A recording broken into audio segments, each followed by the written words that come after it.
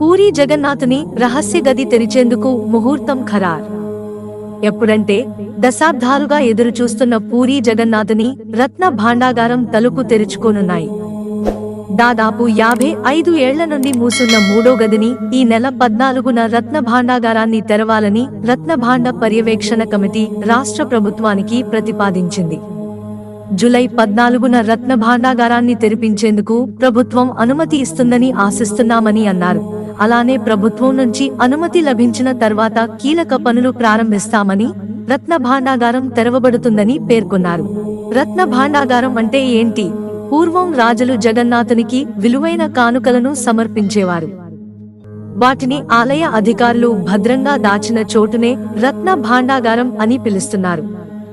కాగా పూరీ ఆలయం కింద భాగంలో ఉత్తర దిక్కులో ఈ రత్న భాండాగారం ఉంది. కాగా ఇది 3 గదులుగా విభజింపబడి ఉంటుంది. కొన్ని నివేదికల ప్రకారం మొదటి గదిలో స్వామివారి విలువైన వస్తువులు ఉన్నాయి. ఇక రెండో గదిని బాహర్ బండార్ అని పిలుస్తారు. దీనిలో స్వామివారి నిత్య పూజలకు సంబంధించిన వస్తువులు ఉంటాయి. అలానే మూడవ గదిని బితర్ బండార్ అని పిలుస్తారు. ఇందులోనే గతంలో రాజులు స్వామివారికి సమర్పించిన అంతులేని నిధి దాగి ఉంది. అయితే ఈ గది తాళాలు గతంలో కనిపించకుండా పోయాయి. మూడో గదిని తెరవాలంటే ఆ గది తాళం చెవితో పాటు మిగిలిన 2 గదుల తాళం చెవులు ఉండాలి. అంటే 3 తాళం చెవులు ఉంటేనే తెరవగలం. ఈ నేపథ్యంలో స్వామివారి సంపద భద్రంగానే ఉందా లేదా అనే అనుమానాలు భక్తుల్లో రేకెత్తుతున్నాయి. వెల కట్టలేని అపార సంపద. 1978లో చివరిసారిగా తెరుచుకున్న తలుపులు.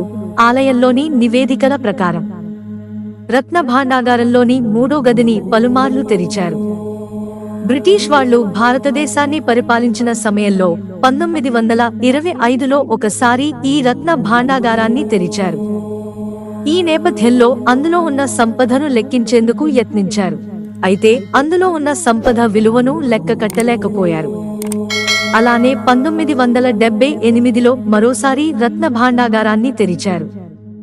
దేశం నలుమూలల పేరుగాంచిన నిపుణులను పిలిపించి లెక్కించేందుకు యత్నించారు.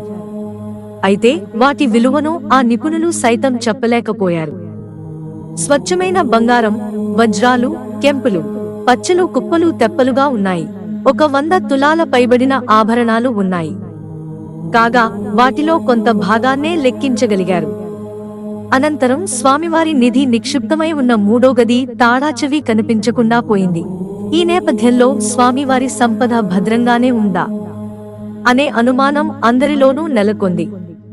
ఇక 1985లోనే ఈ రత్న భాండాగారాన్ని తెరిచారు. ఆ సమయంలో ఉన్న 2 తాళాంచెవులతో మూడో గదిని తెరిచేందుకు యత్నించారు. కానీ ఆ ప్రయత్నం ఫలించలేదు.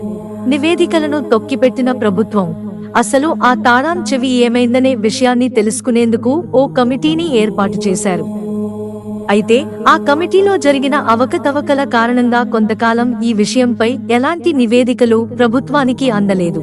అనంతరం కమిటీ నివేదికలు అందించిన అప్పటి ప్రభుత్వం వాటిని తొక్కిపెట్టింది. అలా ఎందుకు చేసిందనే విషయంపై స్పష్టత లేదు. అయితే ఇటీవల జరిగిన ఎన్నికల ప్రచారంలో మోడీ సైతం ఈ విషయంపై మాట్లాడారు. బీజేపీ ప్రభుత్వం అధికారంలోకి వస్తే జగన్నాథుని మూడో గదిని తెరిచేలా చర్యలు తీసుకుంటామని హామీ ఇచ్చారు. ఇచ్చిన మాట ప్రకారం బీజేపీ ప్రభుత్వం మూడో గదిని తెరిచేందుకు సన్నాహాలు చేస్తోంది. అప్పటి వరకు ఉన్న కమిటీని రద్దు చేసి కొత్త కమిటీని మోడీ ప్రభుత్వం ఏర్పాటు చేసింది.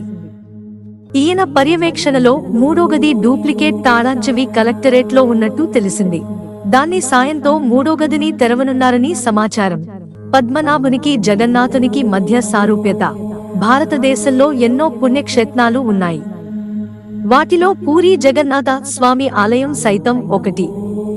కేరళలోని పద్మనాభ స్వామికి పూరీ జగన్నాథునికి సారూప్యత ఉందా అనే అనుమానాలు వ్యక్తమవుతున్నాయి. పద్మనాభుని నేలమాలిగల్లో ఒకటైన 6వ గదికి నాగబంధం ఉంది. దీనితో దాన్ని తెరిస్తే ప్రళయం వస్తుందనే భక్తుల నమ్మకం. ఈ కారణంగానే ఆ గదిని తెరవలేదు. దీనితో ఆ గదిలో ఏముంది అనేది ఓ ప్రశ్నగానే మిగిలింది. కానీ జగన్నాథుని రత్న భాండాగారంలోని 3వ గది గతంలో పలుమార్లు తెరవబడింది. అందులో ఏముందో అందరికీ తెలుసు. అయితే ప్రస్తుతం ఆ గదికి సంబంధించి ఓ ప్రచారం జోరుగా సాగుతోంది. జగన్నాథుని మూడో గది నుండి పాములు బుసకొడుతున్నట్టు శబ్దం వస్తోందని అక్కడి పూజార్లు అంటున్నారు. అలానే ఆ గదిని తెరిస్తే ప్రళయం వస్తుందని, దేవుని రహస్యాలు తెలుసుకోవాలి అని అనుకుంటే దేశానికి మంచిది కాదని భయపెడుతున్నారు. ఆ నిధిని ఖాజేయాలని ఎవరో అనుకుంటున్నారని, అందుకే ఆ ఆదిశేషుడే నిధికి కాపలా కాస్తున్నాడని కొందరు భక్తులు సైతం నమ్ముతున్నారు. మరికొందరు ఆ గదిని చాలా కాలంగా తెరవకపోవడంతో లోపల పాములు చేరి ఉండవచ్చని అంటున్నారు. కాగా ఈ గుడి బాధ్యతలు వంశపారపర్యంగా వస్తున్నాయి. ఒక వంశానికి చెందిన వారే 800 ఏళ్లుగా ఈ గుడిలో అర్చకులుగా, ఉభయకర్తలుగా ఉన్నారు. ఈ నేపథ్యంలో ఆ అర్చకులే మూడో గది గురించి భయాందోళనలకు గురిచేయడం ప్రస్తుతం అందరిలో అనుమానాలను రేకెత్తిస్తోంది. మిత్రులారా, ఛానల్ సబ్స్క్రైబ్ చేసుకోవడం మర్చిపోకండి. ధన్యవాదాలు.